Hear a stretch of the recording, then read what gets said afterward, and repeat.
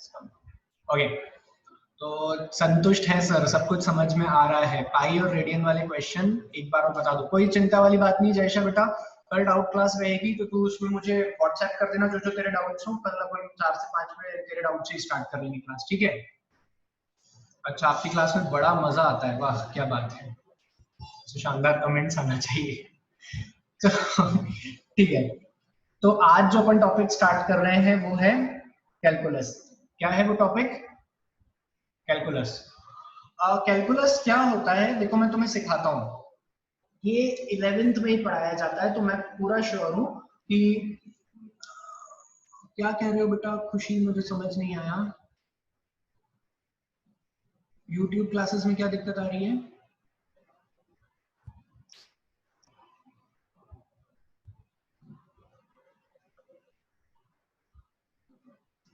एक दो second.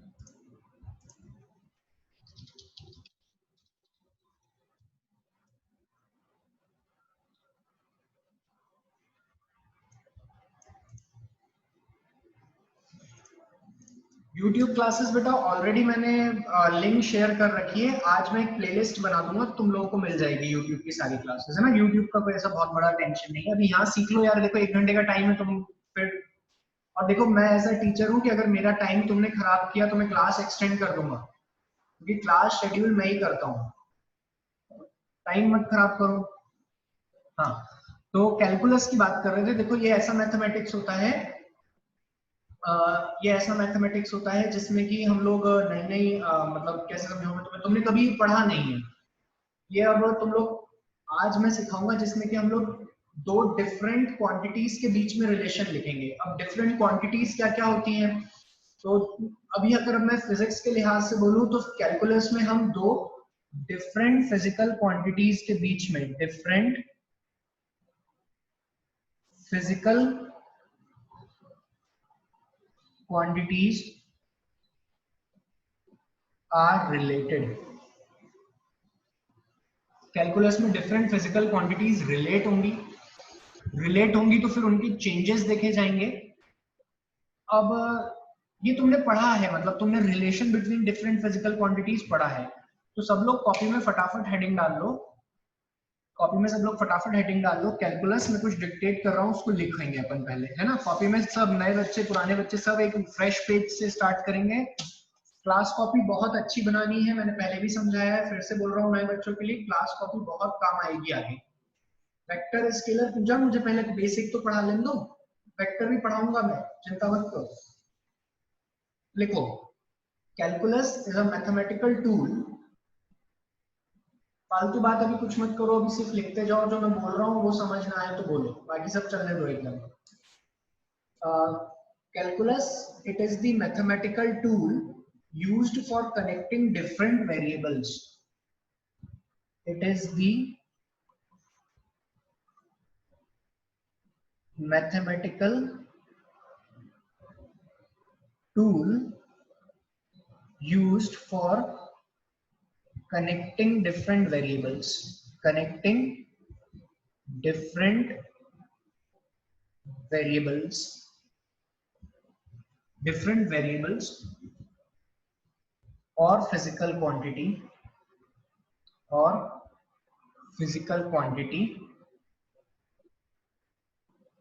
by a relation or an expression. कोई एक्सप्रेशन और रिलेशन से हम दो डिफरेंट फिजिकल क्वांटिटीज को कनेक्ट करते हैं। इसी की पढ़ाई को क्या कहा जाता है, या इस टाइप के मैथमेटिकल टूल को क्या कहा जाता है? कैलकुलस। ठीक है, अब कैलकुलस के दो बच्चे हैं जो तुम्हें पढ़ने हैं। कैलकुलस के दो बच्चे हैं, पहला है डिफरेंशिएशन और दूसरा है इंटीग्रेशन। पहला है डिफरेंशिएशन, दूसरा है इंटीग्रेशन। अब ये होते क्या है, तो देखो मैं एक एक करके चीजों को समझा रहा हूं। पहले अपन एक एग्जांपल लेते हैं, जैसे कि समझो एक बड़ा टैंक है पानी का। क्या है? एक बड़ा टैंक है, वाटर टैंक। इसमें ये वाटर फिल करके रखा हुआ है। और तुम्हारे पास में एक छोटा सा ऐसा जार है, इस जार में तुम्हें कहा जा रहा है कि इस टैंक में ये 1 लीटर का जार है, ये 1 लीटर का जार है। तुमसे कहा जा रहा है कि बताओ इस टैंक में कितना पानी है। तो तुम्हारे पास पहला ऑप्शन क्या बनता है? पहला क्या यही ऑप्शन बनता है कि तुम 1-1 लीटर करके पानी निकालते जाओ। तुमने पहले V1 वॉल्यूम निकाला, फिर V2 निकाला, फिर V3 निकाला, फिर V4 निकाला, ऐसे हर बार करके जब तक पानी निकालो और बाहर इस वाले टैंक में कहीं डाल रहे होगे तुम। तो तुम ये कहोगे कि ऐसा मैंने 15 बार किया, 15 टाइम्स मैंने वॉल्यूम जार फिल किया। तुमने कह दिया कि अब जो ये इन सबका सम हो गया ना सर, ये हो गया टोटल वॉल्यूम। ये क्या हो गया? Total volume. आ रही है बात समझ में? तुमने जितने टाइम किया वो तुमने कह दिया कि सर हमने 15 टाइम्स 20 टाइम्स छोटे छोटे जार फिल करे थे और ये वाले टैंक को फिल किया था हमने, इस वाले टैंक में पानी डाला था। तो अगर ऐसा किसी ने 15 टाइम्स किया तो 15 लीटर पानी, किसी ने 20 टाइम्स किया तो 20 लीटर पानी। तो ऐसा कुछ होता जाएगा। अब यहाँ पर ध्यान से देखो, देखो ध्यान से सुनना है, अभी बात में बार बार नहीं समझा पाऊंगा। इधर आ जाओ सब लोग बोर्ड पे, ध्यान से बच्चों। तुमने ना एक बहुत बड़ी यूनिट को छोटे छोटे पार्ट्स में ब्रेक किया, V1, V2, V3, V4। क्या किया तुमने? एक बहुत बड़ी यूनिट थी, उसको छोटे छोटे स्मॉल पार्ट्स में डिवाइड करना स्टार्ट किया। मैं एक और एग्जांपल लेता हूँ। देखो सपोज मान लो ये एक बहुत बड़ा अपने पास में मटेरियल का पीस आ गया है, कैपिटल एम मास का, और तुम्हारे घर पे तराजू देखा है ना सबने? तुम्हारे घर पे एक वेइंग मशीन है, तुम्हारे घर पे एक वेइंग मशीन है। अब वेइंग मशीन निकली छोटी और ये बॉडी तो थी बहुत बड़ी। तो तुमसे कहा गया कि बताइए अब इसे मेजर कैसे करें। अरे हमारी वेइंग मशीन गायब हो गई। तुमसे कहा गया कि बताइए इस पे मेजर कैसे करें। तो यहाँ तो तुमने कहा कि सर यहाँ पे ना हम एक बहुत बड़ा स्टैंडर्ड मास रख देते हैं, W वेट। तो अगर सबने यहाँ पर W रख दिया, बबलू, सभी लोग इधर ध्यान देंगे, अगर सबने यहाँ पे W रख दिया तो ये तो इस पे आ नहीं पाएगा। अब तुमने क्या किया? तुमने कहा हम पढ़े लिखे हैं, हम इसको छोटे छोटे पार्ट में ब्रेक डाउन कर देते हैं। बोलो, जब तुमने छोटे छोटे पार्ट में ब्रेक डाउन कर दिया तो ये वाला छोटा सा पार्ट तुमने तोड़ा और यहाँ पे लाके रख दिया, ये था M1। ऐसे फिर ये वाला ब्रेक करोगे और यहाँ लाकर रख दोगे वापस से, फिर बोलोगे दूसरा मास था M2।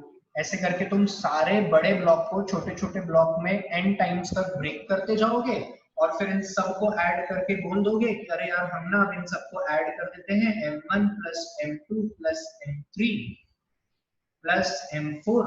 ऐसे करते करते Mn, this is the total mass. अरे हाँ या ना? ऐसे ही करोगे।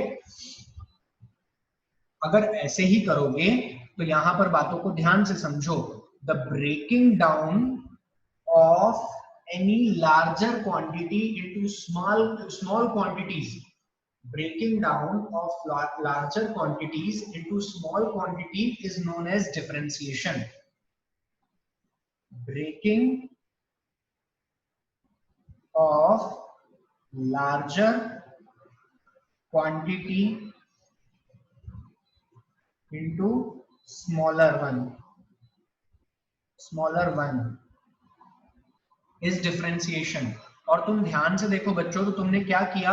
अगर मैं तुम्हें कहूं तो तुमने ना फाइनली बताएं क्या किया है? सर हमने ना ये छोटे छोटे सारे मासेस को ऐड कर दिया। Addition of all smaller quantities to form the larger mass is known as integration. So addition of all smaller mass या all smaller quantity to form the bigger one, to form the large quantity is known as integration। क्या कहलाता है ये? is known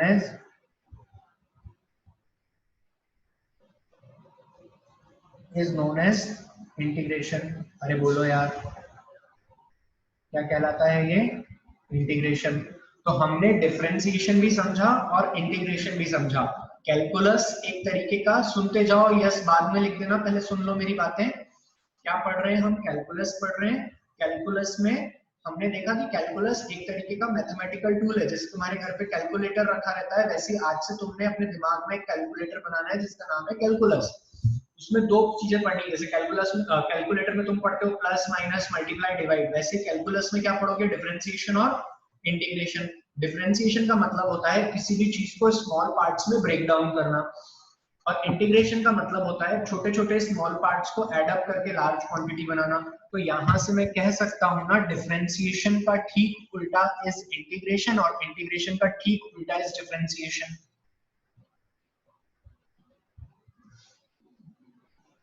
opposite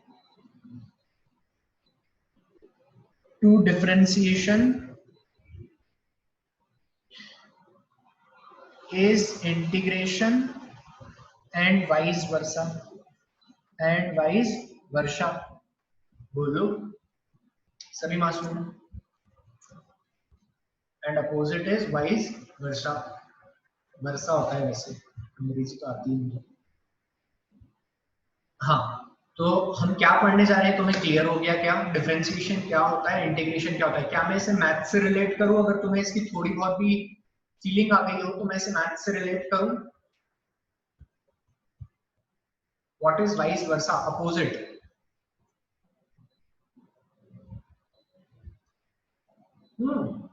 opposite नहीं, A is B then B is also A, वो होता है उल्टा। अपोजिट उल्टा भी नहीं बोल सकते क्लियर।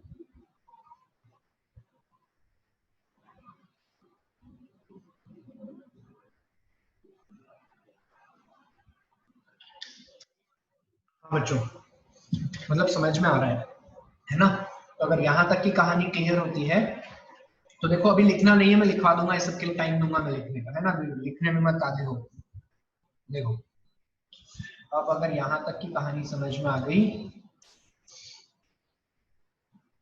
तो देखो, मैथ्स में एक और चीज आती है, फंक्शन। क्या आता है? फंक्शन। चलो लिख लो, लिख लो पहले तक। ऊपर हेडिंग है कैलकुलस और स्क्रीन तुम्हारे सामने है, लिख लो फटाफट सब लोग।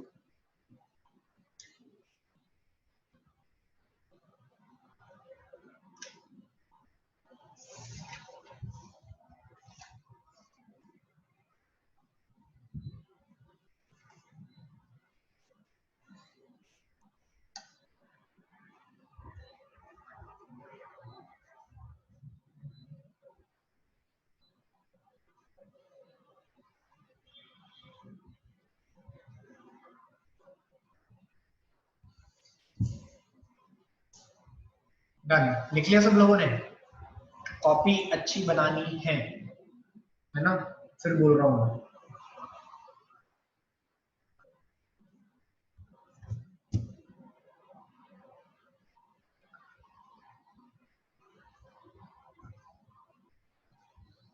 Done, okay. अब देखो फंक्शन, पहले ना मैथ्स में डिफरेंशिएशन इंटीग्रेशन समझने से पहले तुम्हें एक और चीज समझना पड़ेगी जो कि क्या होती है? फंक्शन। इधर देखो, तुम सबने बचपन में ये पढ़ा है क्या? बचपन मतलब अपना 10वीं 8वीं 9वीं 10वीं वाला बचपन, है ना? y बराबर x प्लस 3 ऐसी इक्वेशन पढ़ी होगी। y बराबर एक्स स्क्वायर 2x प्लस 3, इसको अंग्रेजी में क्वाड्रेटिक इक्वेशन कहते हैं। क्या कहते हैं? Quadratic equation. अच्छा, फिर ऐसा भी पढ़ा होगा x की power 5 7x plus x square, इसको अंग्रेजी में पॉलिनोमियल कहते हैं। क्या कहते हैं? Polynomial equation. अरे हाँ यहाँ, और इसे लीनियर इक्वेशन।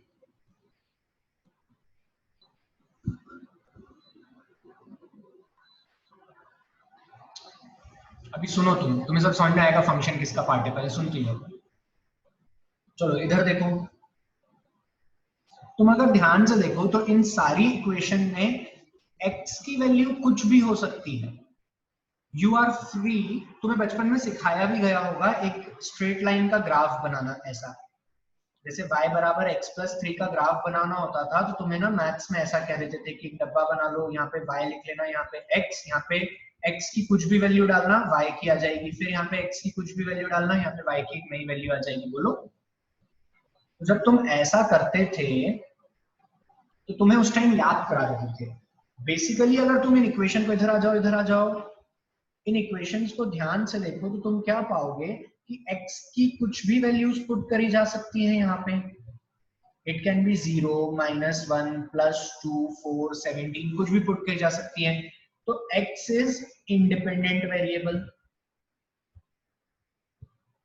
इंडिपेंडेंट वेरिएबल ये कुछ भी हो सकता है, लेकिन आपने अगर एक बार x को फिक्स कर दिया, मतलब अगर आपने एक बार x की वैल्यू डिसाइड कर ली, मान लो किसी बच्चे ने कहा कि मैंने तो x की वैल्यू 5 रख दी, तो x की वैल्यू यहाँ पर 5 रखते ही y को तो हमेशा ही 8 होना पड़ेगा। बोलो यार, तो y कैसा फंक्शन हो गया? डिपेंडेंट फंक्शन या डिपेंडेंट वेरिएबल, अभी फंक्शन नहीं बोलते। y कैसा है? एक dependent variable. x is independent variable and y is dependent variable. यहां पर भी देखो, अगर किसी बच्चे ने कहा कि मैंने ना सेकंड इक्वेशन में, सर ये जो सेकंड इक्वेशन आप पढ़ा रहे हो, इस सेकंड इक्वेशन में मैंने x की वैल्यू 0 रख दी, तो y की वैल्यू को नहीं चाहते हुए भी अगर आप x 0 रखोगे तो y की वैल्यू को 3 होना पड़ेगा। तो जब हमने ये देखा तो हमने कहा कि x तो कुछ भी रखा जा सकता है, लेकिन y x पर डिपेंड करता है, इसीलिए y बन गया डिपेंडेंट वेरिएबल और x बन गया इंडिपेंडेंट वेरिएबल। अब एक और चीज ध्यान से देखो, यहाँ पे अगर तुम ध्यान से देख पाओ तो देखना इधर, इस y और x को हमने एक इक्वेशन के थ्रू रिलेट कर दिया है। इस y और x को यहाँ पर भी सेकंड में भी देखो, तो इस y और x को हमने एक इक्वेशन के थ्रू रिलेट कर दिया है। क्या कर दिया है हमने? इस y और x को एक इक्वेशन के थ्रू रिलेट कर दिया है, चाहे वो पॉलिनोमियल इक्वेशन हो, चाहे वो क्वाड्रेटिक इक्वेशन हो, चाहे वो लीनियर इक्वेशन हो। तो रिलेशन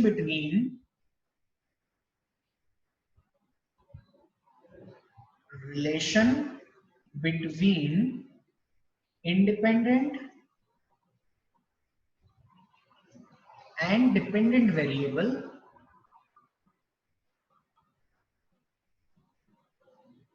in mathematics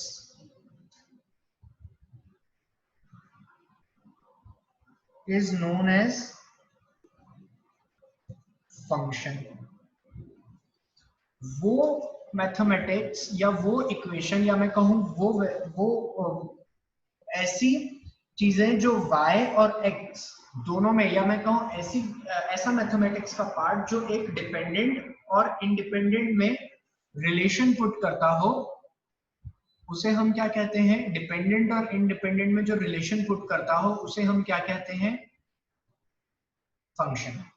समझ में आई बात? या मैं ऐसा कह सकता हूं, फंक्शन इन मैथमेटिक्स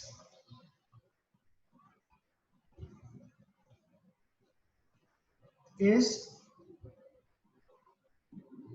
अदीफा क्या कह रही है? बट सर y की वैल्यू भी पहले रख सकते हैं। अदीफा देखो, तुम y की वैल्यू पहले रख सकती हो, बट y की वैल्यू पहले रखने पर भी x इज स्टिल इंडिपेंडेंट ना, मतलब चलो मैं इस पर भी डिस्कस करता हूँ, पहले अपन इतना लिख लें, समझाता हूँ। Function in mathematics is the relation between variables, is the relation between variables. क्या फंक्शन क्या होते हैं? हर बच्चे को समझ में आई ये बात? फंक्शन ऐसा होता है जो दो क्वांटिटीज डिपेंडेंट और इंडिपेंडेंट के बीच में रिलेशन बनाता है।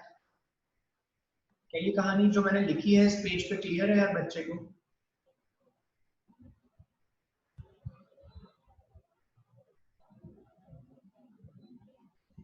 अच्छा, अगर क्लियर है तो देखो मैथ्स में कैसे लिखा जाएगा। अब इसको क्लियर है सर? एक सेकंड इधर आ जाओ वापस, सब लोग बाय बाय लिखना बंद कर दो, आ जाओ। मैथ्स में इस चीज को हम कैसे लिखेंगे? एक दो, अगर हम देखें तो अब यहाँ पर आपने जैसे कि इक्वेशन थी y बराबर x प्लस 3, तो y एक ऐसी क्वांटिटी है जो कि x पर निर्भर कर रही थी। लिटरल इसका हिंदी मीनिंग तो यही हुआ कि y एक ऐसी क्वांटिटी है जो कि x पर निर्भर कर रही थी। तो हम यहाँ से लिख सकते हैं ना y, अब जो मैथ्स में लिखते हैं उसको देखो, y is a function of x। मेरे साथ साथ सब लोग बोलेंगे y is a function of x। ये f लिखने का मतलब ही ये होता है कि ये जो y है सिर्फ किस पे डिपेंड कर रहा है, x पे। अदीफा अब बातें क्लियर हुई थोड़ी थोड़ी? अगर कहीं तुम्हें मैं ऐसा लिख दूं, देखो इधर देखो, इधर देखो सब लोग, y as a function of x w p q, इसका मतलब क्या हुआ? इसका मतलब ये हुआ कि y एक फिजिकल, y एक मैथमेटिकल वेरिएबल है जो कि x w p q चार चीजों पे डिपेंड करता है। इसकी इक्वेशन हो सकता है ऐसी होगी, x square plus 2w plus P Q plus Q की पावर 3/4, ऐसी कुछ अजीब सी इक्वेशन हो सकती है। बट y जो कुछ भी होगा, अगर यहाँ पे ऐसा लिखा है इसका मतलब क्या हो गया, इट डिपेंड्स ऑन 4 वेरिएबल्स। क्या तुम्हें ये मैथमेटिकल टर्म पढ़ना आया?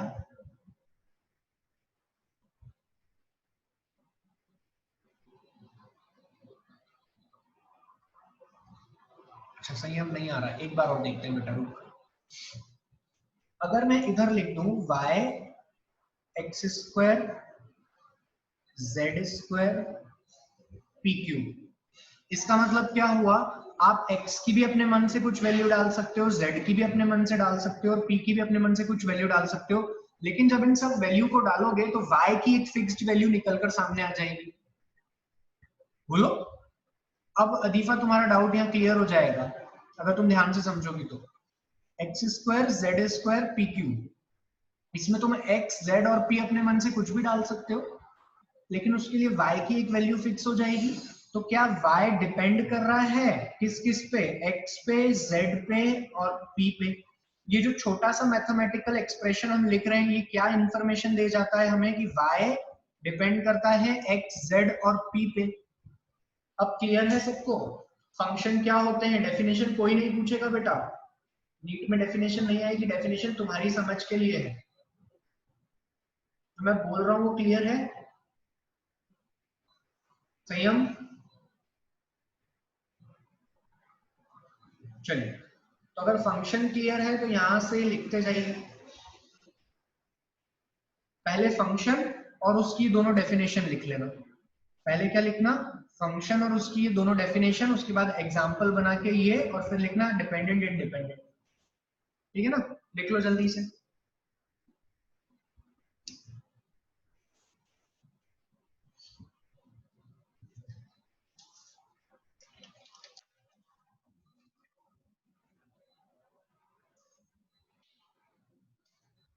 What did you say earlier? Y is a function of x. बस मैंने इतना ही तो कहा था मेहुल बेटा, y is a function of x, सिर्फ यही कहा था।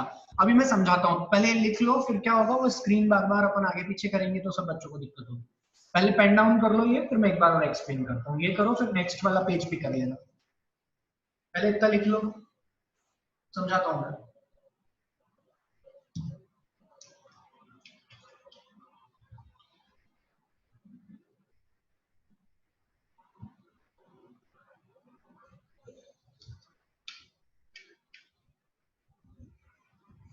ये तीन इक्वेशन में y, अब बता रहा हूँ बेटा, ये लिख लेने दो पहले सब लोगों को, फिर बताना तो क्या है।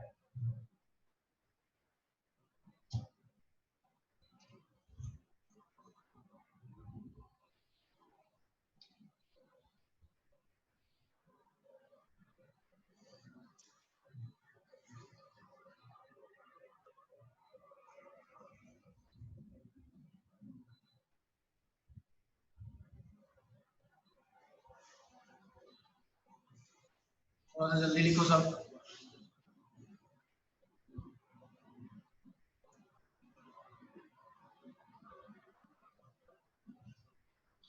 तुम लोग जो पहले लिख लेते हो ना एकदम से डन डन, लॉकडाउन खुलने के बाद सबसे पहले तुम्हारी कॉपी देखूंगा मैं। याद, नाम भी मुझे याद है ही, नहीं तो हो जाएंगे। चलिए, सबने लिख लिया?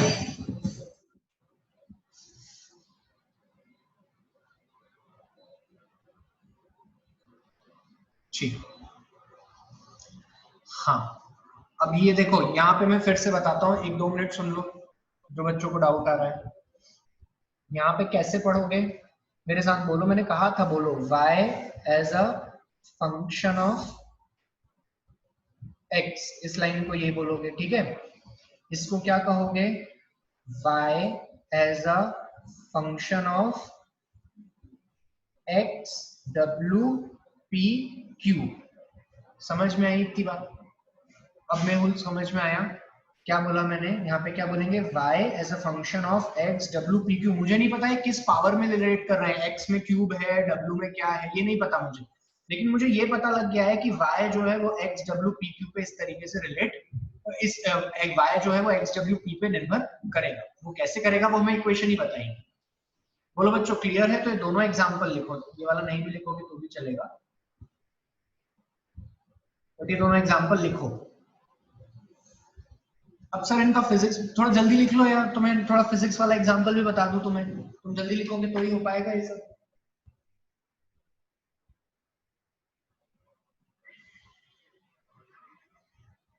सर वो पेज से लिखना है प्लीज शो मी। अच्छा, उस पेज से लिखना है? अरे यार गुड़िया, तुम अलग लेट कर रही हो क्लास। चलो लिखो जल्दी से।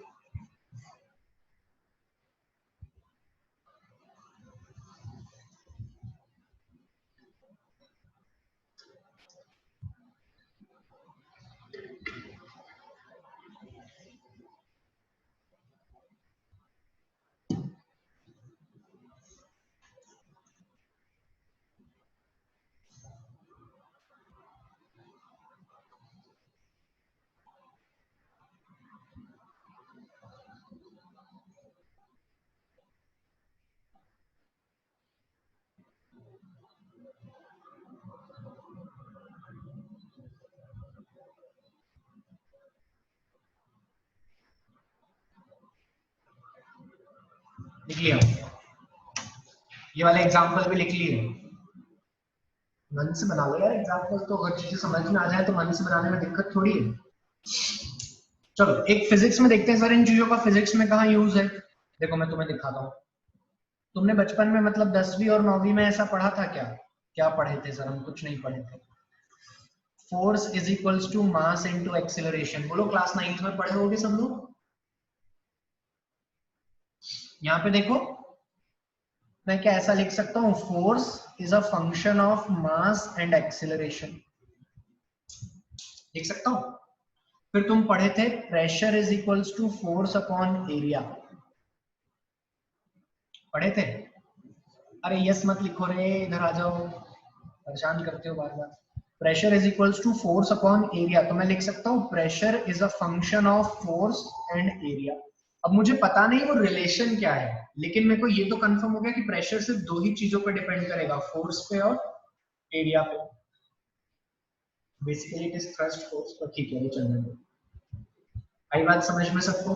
फिर तुमने अभी रिसेंटली कक्षा 10वीं की परीक्षा में अद्भुत परिणाम से पास होते हुए ये भी पढ़ा होगा, 1/v प्लस 1/u बराबर 1/s। फोकल लेंथ, वेलोसिटी, ऐसा कुछ कुछ पढ़ा होगा, 1/v। तो क्या मैं यहाँ पे कह सकता हूँ f is the function of v and u, जो फोकल लेंथ है वो इस पे v और u पे डिपेंड करती है। अब वो कैसे डिपेंड कर रही है ये रिलेशन मुझे नहीं पता, लेकिन मैं ये तो श्योरली कह सकता हूँ ना इसको देख करके कि फोकल लेंथ दो ही चीजों पर डिपेंड करेगी, v और u। देखो मैथमेटिक्स कनेक्ट हो रहा है फिजिक्स से, समझे? चाहो तो ये भी एग्जांपल लिख सकते हो तुम लोग, चाहो तो ये भी एग्जांपल लिख सकते हो।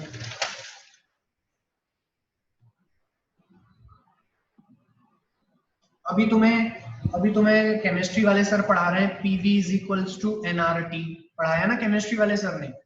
तो pressure is nRT by V लिख सकते हो, तो कह सकते हो ना pressure is a function of nRT V. वो रिलेशन कुछ भी हो सकता है, लेकिन तुम ये तो श्योरली कह सकते हो कि प्रेशर इन चार बातों पर डिपेंड कर रहा है।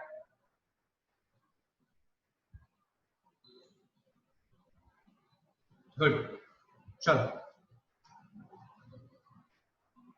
अब फिर नेक्स्ट आता है बेटा टाइप्स ऑफ फंक्शन।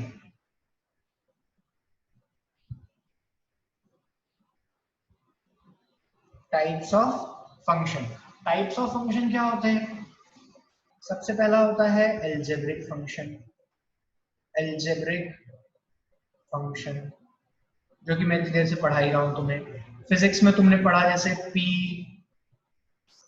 ऐसे भी थर्मोकेमिस्ट्री और इसमें फिजिक्स में पढ़ोगे पीवी क्यूब इक्वल टू, या लिखोगे ऐसा पीवी बराबर कांस्टेंट वी की पावर -3, ऐसा कुछ पढ़ोगे नया। तो ये सारे क्या हो गए? Algebraic function y equal to x square वाले, है ना। फिर आता है ट्रिग्नोमेट्रिक फंक्शन। क्या आता है? Trigonometric function. अब ट्रिग्नोमेट्रिक फंक्शन क्या होते हैं, ये आप लोगों के लिए थोड़ा नया है, समझो सब ध्यान से। कभी कभी कोई चीजें x y z पर डिपेंड नहीं करती, कभी कभी वो sin थीटा cos थीटा पर भी डिपेंड कर जाती है। किस पर डिपेंड कर जाती है? साइन। जैसे कि कोई इक्वेशन ऐसी आ जाए y is equals to x, या ऐसी आ जाए y is equals to sin x। ये सब सीखेंगे अपन कि इक्वेशन कैसे काम करती है। सुरभि बेटा क्या दिक्कत है? हैंड रेस से मैं कैसे समझूंगा? तो चैट पे बोल देना हैंड रेस क्यों कर रही है। तो कोई दिक्कत नहीं है तो क्यों क्लास को ब्रेक कर रहे हो बार बार, है ना। हाँ, y is equals to sine x. अगर ऐसी कोई इक्वेशन आ जाए तो इसमें क्या हो रहा है, ध्यान से समझो, भी मैं समझा रहा हूं यार। y is equals to sine x, इसका मतलब क्या हुआ? आप x कुछ भी रख सकते हो, 0 डिग्री, 30 डिग्री, 45 डिग्री, 60 डिग्री। जब आप 0 डिग्री रखोगे तो साइन के साथ 0 मिलके 0 वैल्यू देगा। जब आप 30 डिग्री रखोगे तो साइन के साथ मिलके 1/2 देगा। तो देखो यहाँ पर बन रहा है ना y as a function of x। अब वो कैसा बिहेव कर रहा है ये नहीं पता, लेकिन डिपेंड तो वो भी किस पे कर रहा है? x पे। तो ऐसे फंक्शंस कहलाते हैं ट्रिग्नोमेट्रिक फंक्शंस। फिर आता है लॉगरिथमिक फंक्शंस। Logarithmic functions. अब लॉगरिथमिक फंक्शन ना मैं अभी एक आध क्लास बाद लॉग्स पढ़ाऊंगा जब डिस्कस करूंगा, बस नाम लिख के छोड़ देना। फिर एक और आता है एक्सपोनेंशियल फंक्शन। एक्सपोनेंशियल फंक्शन जैसे कि मान लो कोई ऐसी टर्म आ जाए y is equals to 7 time of x। अब x जो है वो 7 की पावर में है। x जो है वो 7 की पावर में है, तो अगर x की वैल्यू 1 हुई तो 7 हो जाएगा y, x की वैल्यू 2 हुई तो 49 हो जाएगा। तो ऐसे फंक्शंस क्या कहलाते हैं? Exponential function. अब ये जो फंक्शन हमने पढ़े, इन टाइप्स के फंक्शन का हमको डिफरेंशिएशन इंटीग्रेशन सीखना है। अब हम वो डिफरेंशिएशन क्या था, किसी भी चीज को छोटे छोटे पार्ट में, सर पर साइन पर भी तो डिपेंडेंट है। अच्छा ठीक है, साइन पर डिपेंडेंट है in the form of equation. इधर देख, तू कह रहा है तो मैं तेरे को कहता हूं, तूने कहा साइन पर डिपेंडेंट है तो मैं तेरे को कहता हूं y बराबर एक्स क्यूब। अब मैं लिख रहा हूं यहाँ पे y बराबर एफ ऑफ एक्स, यही लिखूंगा, ये तो मानता है। जब मैं यहाँ पर लिखूंगा y बराबर एफ ऑफ एक्स, तो तेरे को पता है क्या कि वो x पर है कि x की क्यूब पर है? नहीं ना। तू तो बस इतना ही जानेगा ना कि ये तो y जो है वो x पर डिपेंड करेगा, कैसे करेगा ये नहीं पता। तो यहाँ पर भी तू इससे यही जान पाएगा ना कि ये x पर डिपेंड करेगा, कैसे करेगा ये नहीं पता। अब वो इस बार ट्रिग्नोमेट्री हो गई, क्यूब नहीं हुआ। ठीक है, तो कंफ्यूज मत हो। फंक्शन का काम है सिर्फ ये बताना कि कौन किस पे डिपेंड कर रहा है, किस तरीके से डिपेंड कर रहा है, ये नहीं। समझ आई बात? तुम घर में रह रहे हो, कैसे रह रहे हो ये पता? कोई नहीं पता। सिर्फ हमें पता है कि तुम तुम्हारे घर पे रहते हो, कैसे रह रहे हो ये थोड़ी पता है। मतलब समझ रहे हो ना? ठीक है, इतनी कहानी समझ में आई। तो हाँ, मैं था कि फंक्शन का फिजिक्स में काम क्या है ये समझा दिया मैंने। अब देखो, इन्हीं चीजों को छोटे छोटे पार्ट में तोड़ोगे तुम। जैसे कि तुम्हें कोई कह दे वेलोसिटी जो है, किसी भी एक वेलोसिटी समझते हो, कक्षा 9वीं में थोड़ा थोड़ा पढ़ा है तुमने। तो अगर मैं कहूँ कि वेलोसिटी, मान लो तुम्हारे घर से एक ट्रक स्टार्ट हुआ और मेरे घर तक आया। अब कहीं पर ऐसा हुआ होगा कि उसकी वेलोसिटी एकदम बढ़ गई होगी, कहीं कम हो गई होगी। तो कहीं पे उसकी वेलोसिटी टाइम के साथ बढ़ गई होगी, कहीं पे कम हो गई होगी।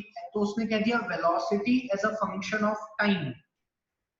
तो देखो यहाँ पर क्या हो गया, तुमने फिजिक्स में फंक्शन लिखना सीख लिया। आज के बाद अगर तुम्हारे सामने ऐसी कोई इक्वेशन होगी, तुम चिल्ला दोगे कि हमें इतना पता है कि ये जो वेलोसिटी, ये जो मैं रेड पेन से लिख रहा हूँ, ये जो वेलोसिटी है ना, ये सिर्फ टाइम पे डिपेंड करती है और किसी चीज पे नहीं। बोलो, अब इन्हीं का तुम डिफरेंशिएशन सीखोगे, मतलब इन्हीं को छोटे छोटे पार्ट्स में ब्रेक डाउन करना सीखोगे तुम। तो differentiation is breaking such function into small number of pieces क्यों करते हैं ये, जब डिफरेंशिएशन चालू करूंगा तब बताऊंगा। और इंटीग्रेशन का मतलब हुआ कि छोटे छोटे फंक्शन को, छोटे छोटी वैल्यूज को जोड़ के एक पूरा बड़ा फंक्शन बनाना। आई बात समझ में सबको? हम क्या पढ़ रहे हैं और क्यों पढ़ रहे हैं, मैंने दोनों बातें समझा दी। फंक्शन भी समझा दिया और इन्हीं फंक्शन का फिजिक्स में यूज भी समझा दिया। बोलो क्लियर है क्या? अरे हाँ या ना? सभी मासूम जवाब दें।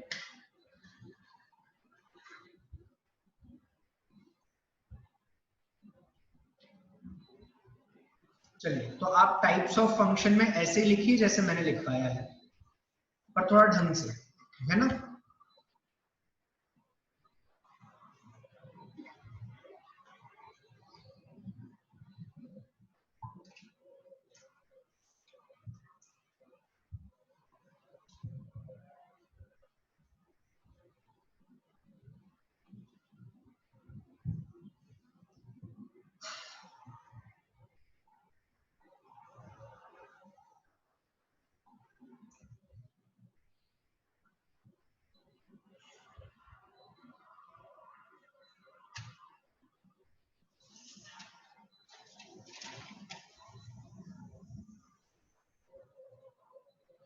जब मैं ग्राफ नाम का चैप्टर पढ़ाऊंगा, एक अभी तुम लोग बेसिक मैथ्स में पढ़ोगे ग्राफ भी, तो जब तुम्हें ये सब चीजें समझ में आ जाएंगी ना, जैसे अभी साइन, पुराने बच्चों को ट्रिग्नोमेट्री समझ में आया, फिर डिफरेंशिएशन, इंटीग्रेशन, तो ग्राफ में इन्हीं चार फंक्शन के मैं ग्राफ भी ड्रॉ करवाऊंगा तुम्हें कि अलजेब्रिक फंक्शन के कुछ स्टैंडर्ड ग्राफ क्या होते हैं, ट्रिग्नोमेट्री के क्या होते हैं। इसलिए चीजें सब कनेक्टेड हैं। यहाँ से याद रखना चालू करो, घर पे बैठ के सिर्फ 15-20 मिनट जितना मैंने आज पढ़ाया है वो रिवाइज करो, तो ये याद रहेगा तुम्हें। और ये यूज होता है बेटा, हर जगह यूज आएगा ये, 12th तक में यूज आता है ये सब, है ना? जितने फंक्शन अभी तुम पढ़ रहे हो।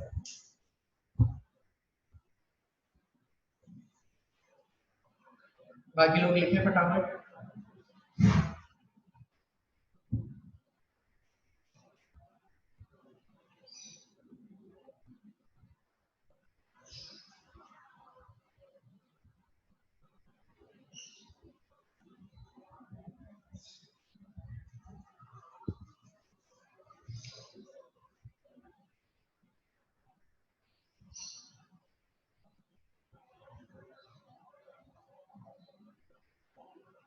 चलिए, अब कॉपी में हेडिंग डालिए डिफरेंशिएशन। लॉगरिथमिक का वन एग्जांपल, चलो देता हूँ मेरे को।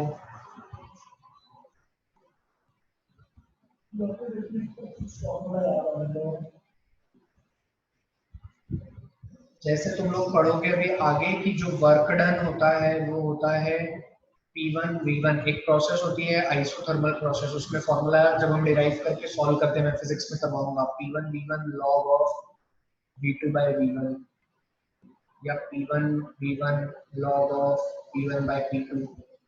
यहाँ पे जो लॉग है ना, ये दिस इज दी, यहाँ पे क्या हो गया, अब देखो वर्क डन जो है वो किन किन चीजों पे निर्भर कर गया, प्रेशर, वॉल्यूम और साथ ही साथ लॉग पे कर गया। लेकिन हमें तो यहाँ पे क्या लिखने को मिलेगा, work done is a function of pressure and volume. जब हम फॉर्मूला चेक करेंगे तो हमें पता लगेगा कि अरे फंक्शन तो है प्रेशर वॉल्यूम का, लेकिन इसका बिहेवियर कैसा है, लॉगरिथमिक इन नेचर। कैसा है? लॉगरिथमिक। अभी अभी थोड़ा समझ नहीं आएगा इसलिए मैंने एग्जांपल नहीं दिए। ठीक है? प्रांजलि।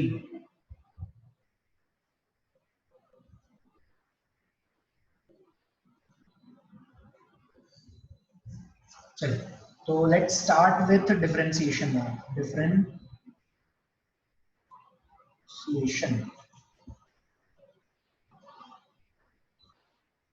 क्या लिख रहे हैं हम? Differentiation. So differentiation is basically, देखो अभी मैंने तुम्हें फिजिकल मीनिंग समझाया डिफरेंशिएशन का। क्या समझाया मैंने? फिजिकल मीनिंग ऑफ डिफरेंशिएशन क्या होता है? Physical meaning of differentiation, physical meaning of differentiation होता है टू ब्रेक डाउन। लिख ही लेना है तुम लोग, नोट्स में लिखते नहीं हो तो तुम लोग मेरे साथ ही लिख लो, to break down a given variable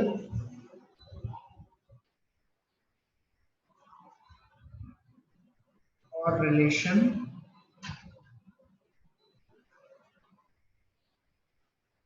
into infinite single element, infinite small variable. एक बहुत बड़े फंक्शन को छोटे से फंक्शन में ब्रेक करना इज डिफरेंशिएशन। अभी सुनो सब लोग सुनो इधर आओ।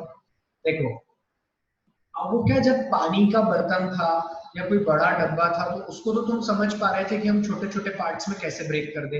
लेकिन यहाँ पे मैं तुमसे कह दूं कि एक मैथमेटिकल एक क्वाड्रेटिक इक्वेशन है y is equals to x square plus 2x plus 3, break down करो।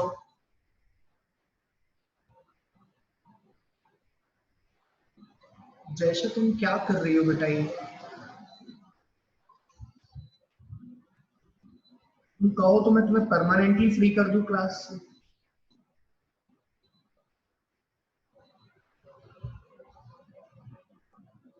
क्या चल रहा है ये? तुम चैट करने बैठी हो तो फिर चैट ही कर लो, एक काम करो तुम चैट ही लिखो बैठ के। डे 1 से तुम पूरी क्लास को डिस्टर्ब कर रही हो।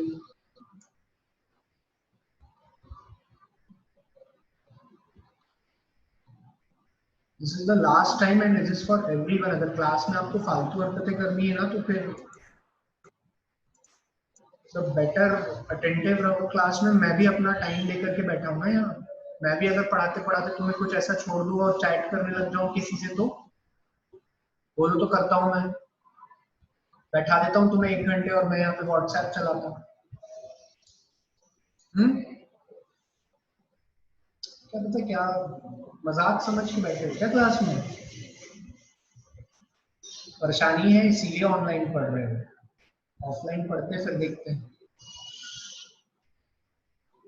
नेक्स्ट टाइम मतलब मैं ना क्लास में सब चीजें नहीं टॉलरेट करूंगा बिल्कुल। अगर मैं अच्छे से पढ़ा रहा हूँ तो आपको भी क्लास में उतने ही अच्छे से रहना है, कोई भी हो, फॉर एवरीवन। ये तो बिल्कुल अलाउड ही नहीं है क्लास में कि आप कुछ भी करो। खैर, तो ब्रेक डाउन, हाँ तो हम पढ़ रहे थे डिफरेंशिएशन। तो डिफरेंशिएशन का मतलब था कि किसी भी चीज को स्मॉल पीसेस में ब्रेक डाउन कर देना। तो जब हम किसी भी चीज को स्मॉल पीसेस में ब्रेक डाउन कर देते हैं तो इसका मतलब क्या होता है?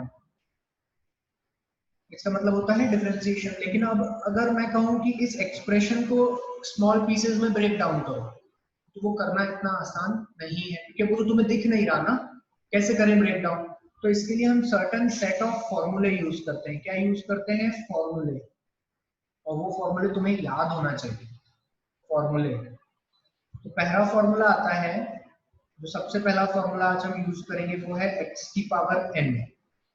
अगर आपको ऐसा क्वेश्चन दिया है y is equals to x की पावर n, नहीं स्प्लिटिंग टर्म नहीं यूज होगा बेटा। जब तू स्प्लिटिंग टर्म यूज करेगी तो तू इनके रूट्स निकालेगी बेसिकली। अब ये तो क्वाड्रेटिक में तूने स्प्लिटिंग टर्म लगा दिया। मैं कहूंगा एक फंक्शन ऐसा है y is equals to sin square x। अब इसको छोटा कर, इसको कैसे ब्रेक डाउन करेगी? तू इसको ब्रेक डाउन नहीं कर सकती ऐसे। तो इसको ब्रेक डाउन करने के लिए फिर तुझे क्या लगाना पड़ेगा? डिफरेंशिएशन के फॉर्मूले। तो splitting term is not the right option. चलो, तो अगर कोई क्वेश्चन में पहला फॉर्मूला मैं लिख रहा हूँ y is equals to x की पावर n। अच्छा, एक और बात यहाँ पर मैं बताना भूल गया, ये क्लास डिस्टर्ब हो गई थी तो एक सेकंड रुको। यहाँ देखो, डिफरेंशिएशन करना है, इसका सिंबल क्या होता है? जैसे एडिशन करना होता है तो सिंबल प्लस होता है, सब्सट्रैक्शन करना होता है तो माइनस, मल्टीप्लिकेशन करना होता है तो मल्टीप्लाई। तो ऐसे ही अगर डिफरेंशिएशन करना होता है तो लिखते हैं d और अपॉन में भी लिखते हैं d। किसका डिफरेंशिएशन करना है?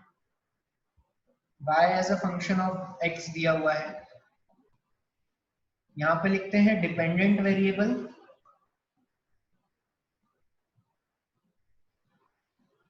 देखो तुम्हारे चैट के चक्कर में ये बात भूल गया था मैं लिखवाना। तो यहाँ पे लिखते हैं इंडिपेंडेंट वेरिएबल।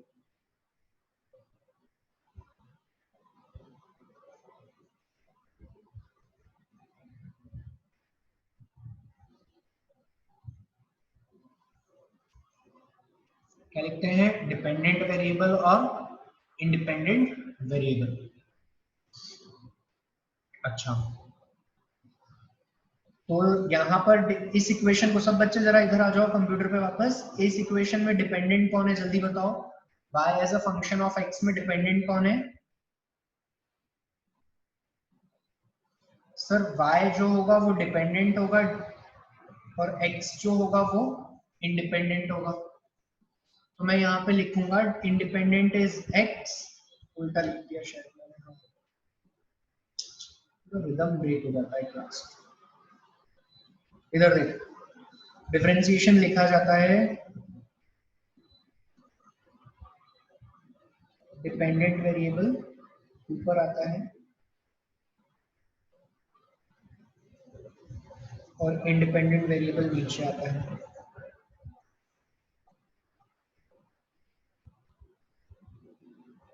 तो लिखते हैं यहाँ पे डिपेंडेंट कौन है d, डिपेंडेंट कौन है y, तो d y, और इंडिपेंडेंट कौन है x। y डिपेंडेंट हो गया और x क्या हो गया, इंडिपेंडेंट हो गया। क्लियर हुई ये बात? तो कैसे लिखते हैं y, it is the d मतलब differentiation of dependent variable divided by differentiation of independent variable. Clear हुई बात?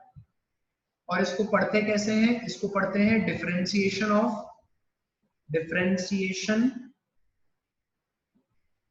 Of y। अब आप y का डिफरेंशिएशन कर रहे हो किसके रिस्पेक्ट में? x के। तो differentiation of y with respect to x। Clear हुई बात? आप क्या कर रहे हो, आप y वाले फंक्शन को छोटे छोटे पीस में तोड़ रहे हो x के रिस्पेक्ट में। तो डिफरेंशिएशन ऑफ y क्या बोलेंगे हम? It is the differentiation of y with respect to x। क्या बोलेंगे? Differentiation of y with respect to x। इसका मतलब क्या हुआ, आप y को x के रिस्पेक्ट में छोटे छोटे पार्ट्स में ब्रेक कर रहे हो, और ऊपर जो लिखा रहता है वो डिपेंडेंट होता है और जो नीचे लिखा रहता है वो इंडिपेंडेंट। तो अगर मैं तुम्हें कह दूं यहाँ पर d, यहाँ पर है dw/dt, अगर मैंने यहाँ पे लिख दिया dw/dt तो इसे कैसे पढ़ोगे sir? It is the differentiation of, बोलो मेरे साथ, differentiation of w with respect to t। it is the differentiation of w with respect to t। w यहाँ पर क्या हो गया, w यहाँ पर क्या हो गया, w हो गया है डिपेंडेंट और t हो गया है इंडिपेंडेंट। क्या डिफरेंशिएशन का साइन देख के डिपेंडेंट इंडिपेंडेंट पहचानना आ गए सबको? बोलो बच्चों, क्लियर है क्या इतनी कहानी?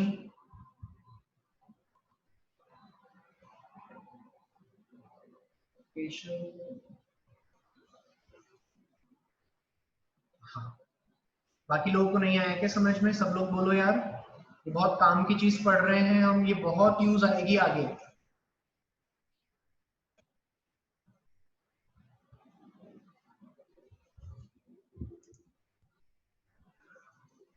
क्लियर है? ठीक है बेटा। तो अब एक बार ये सब लोग लिख लो, डिफरेंशिएशन हेडिंग डालो, इतनी बात लिखो, this is the expression of differentiation. ये क्या है? डिफरेंशिएशन को लिखने का तरीका, d of dependent variable divided by d of independent variable. ये तरीका है डिफरेंशिएशन को लिखने का।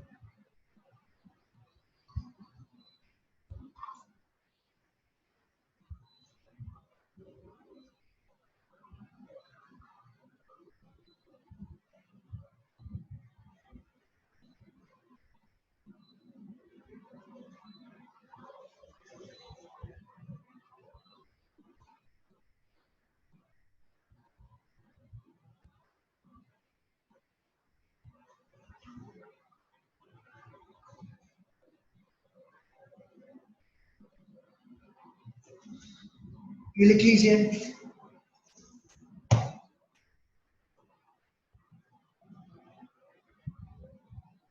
अब इसका फिजिक्स में यूज बताओ, अगर लिख लिया हो तो। पहले लिख लो फिर बताता हूँ, टाइम भी कम बचा है। लिख लो। ये एग्जांपल भी लिखना इसके नीचे dw/dt।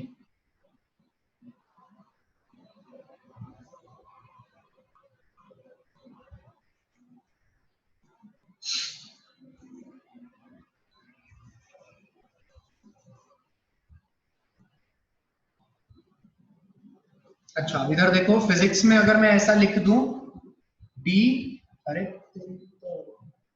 अगर मैं लिख दूं dv/dt, जहां पे v को बोल दिया जाए वेलोसिटी और t को टाइम, ऐसा बोल दिया जाए, तो ये क्या हो गया, differentiation of velocity with respect to time. और बेसिकली ये क्या होता है, ये कल पता करके बताओगे सबकी, इसे क्या बोलते हैं हम, differentiation of velocity with respect to time. थोड़ा सा पढ़ना, दिमाग लगाना। तो यहां तक हमने डिफरेंशिएशन क्या होता है, कैसे लिखते हैं और कैसे पढ़ते हैं, ये तीनों चीजें सीखी। किसी बच्चे को इसमें डाउट तो नहीं है ना? कल की क्लास में मैं ये नहीं एक्सप्लेन करूंगा, नेक्स्ट क्लास जब भी होगी, आज के मंडे वेडनेसडे को होगी, तो नेक्स्ट क्लास में मैं तुम लोगों को सीधे सीधे क्या बताऊंगा, फॉर्मूले, हम इसको मैथमेटिकली सॉल्व करना सीखेंगे। ठीक है, डिस्टेंस नहीं होता, स्पीड भी नहीं होता, एक्सेलरेशन होता है। कैसे, चलो देखते हैं क्या होता है। dv/dt श्रेय पांडे कह रहा है एक्सेलरेशन। अच्छा पांडे जी, कैसे पता आपको ये एक्सेलरेशन होता है, कहाँ पढ़े हो?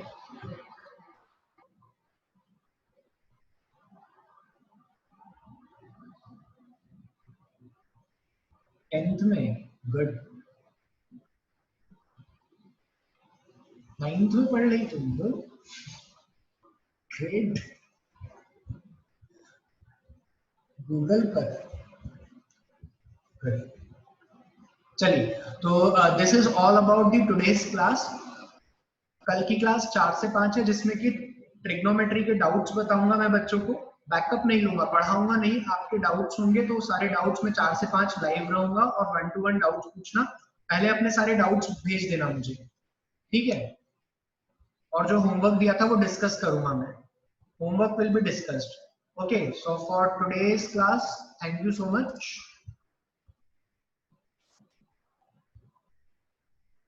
Okay guys, bye.